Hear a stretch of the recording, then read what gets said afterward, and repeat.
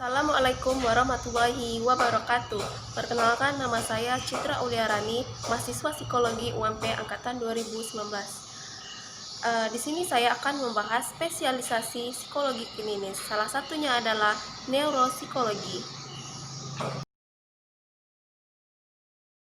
Neuropsikologi adalah bidang psikologi klinis dan eksperimental yang berupaya mempelajari hubungan antara struktur dan fungsi otak dengan proses dan perilaku psikologis. Neuropsikologi merupakan psikologi terapan yang pada bidangnya mengkaji bagaimana perilaku dipengaruhi oleh cedera dan disfungsi otak. Pada dasarnya, neuropsikologi adalah hubungan fungsi otak dan saraf dengan perilaku yang meliputi pemahaman, asesmen, penanganan perilaku, yang mana secara langsung berhubungan dengan otak. Kemudian, sejarah neuropsikologi. Dalam sejarah neuropsikologi bukanlah hal yang baru bagi ilmu psikologi, terutama psikologi klinis. Sekitar tahun 3000 sebelum Masehi dan 1700 sebelum Masehi, bahwasanya neuropsikologi telah dibicarakan para ahli meskipun walaupun dalam bentuk filsafat. Kemudian, otak merupakan organ yang sangat penting bagi manusia, yang dimana otak merupakan struktur pusat pengaturan dengan volume 1350 cc dan 100 juta sel saraf atau neuron yang terdapat di dalam otak.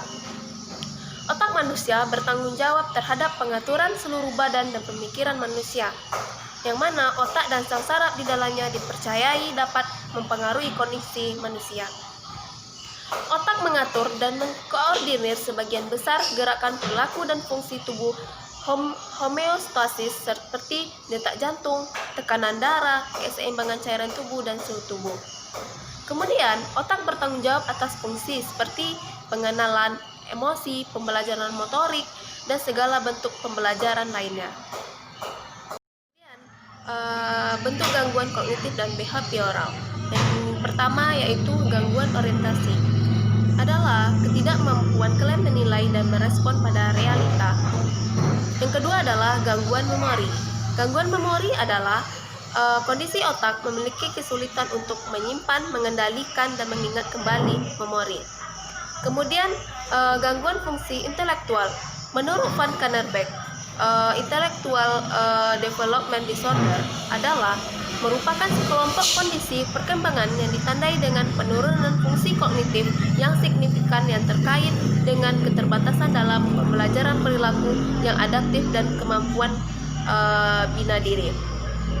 Kemudian gangguan penilaian. Gangguan penilaian ini adalah yang mana pasien sulit untuk mengambil keputusan, bahkan soal sederhana pun pasien sulit melakukannya, seperti untuk tidur, makan, bangun, dan lain-lain. Kemudian memiliki efek emosi yang labil, yang dimana terlalu mudah untuk tertawa, menangis, kemudian dan lain-lain, yang dimana berfungsi di bawah kondisi yang normal. Kemudian ada sindrom lobus frontal, yang dimana ini adalah ketidakmampuan merencanakan yang apatis dan lain-lain, yang dimana terdapat sindrom-sindrom. Kemudian terdapat peranan dan fungsi neuropsikologi. Yang pertama yang adalah membantu neurologis atau dokter lainnya untuk memberikan diagnosa yang khas yang menyangkut persyarafan dan gangguan-gangguan lainnya. Kemudian yang kedua adalah karena suatu penekanan yang sistem otak fungsional, neuropsikolog membuat prognosis untuk penyembuhan.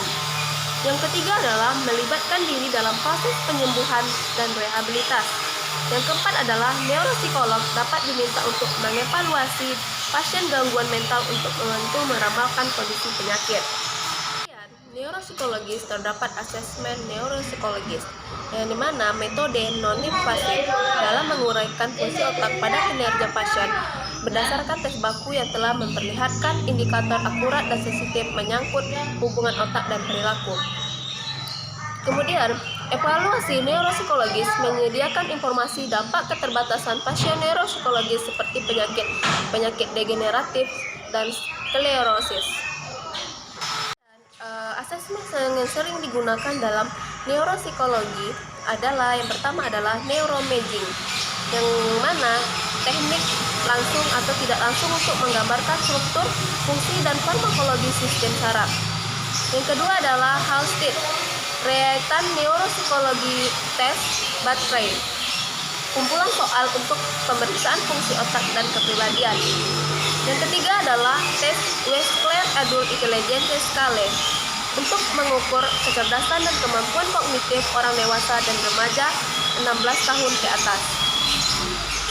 Kemudian Lurie Nebraska Neuropsychological Test Battery, dari mana pemeriksaan menyeluruh terhadap fungsi neuropsikologi.